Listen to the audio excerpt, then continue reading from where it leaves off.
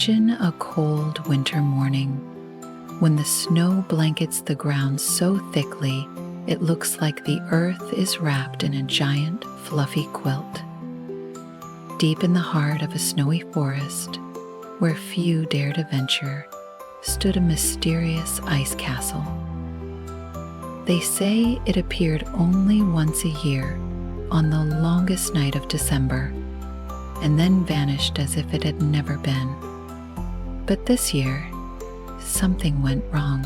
Tiny bird, a silver titmouse with wings that shimmered like stars, awoke up early and noticed something strange. A giant crystal key lying in the middle of a clearing. She immediately understood that this was no ordinary key. It was far too large for any normal lock and glowed as if it held the winter sun inside.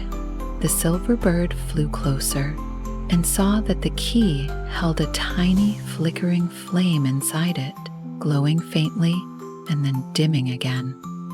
She knew if the flame went out, the forest would freeze forever and the snow would never melt. But here was the problem. The key was far too heavy for her to lift. So she called for help. She gathered all her friends, rabbits, squirrels, deer, and even the old grumpy owl, who always complained about being woken during the day.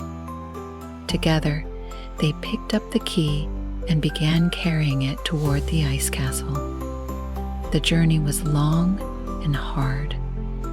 The key grew colder and the flame inside grew weaker. They crossed frozen streams, climbed snow-covered hills, but they never gave up, knowing that if they stopped, so would their world. At last, they reached the castle, only to find there was no keyhole to be seen. It seemed all their efforts were in vain, but the old stag noticed something. A tiny star glowing on one of the castle's highest spires. He said that must be where the key belonged. The animals were puzzled. How could they possibly reach it? Then the little silver bird, the smallest and cleverest of them all, spoke up. "I'll fly."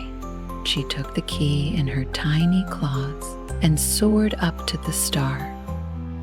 When the key touched the star, the castle lit up with thousands of fireflies. The snow around them began to melt. The forest came alive, and the titmouse returned to her friends with a happy sparkle in her eyes. Even the smallest among us can do great things if they are brave and believe in themselves.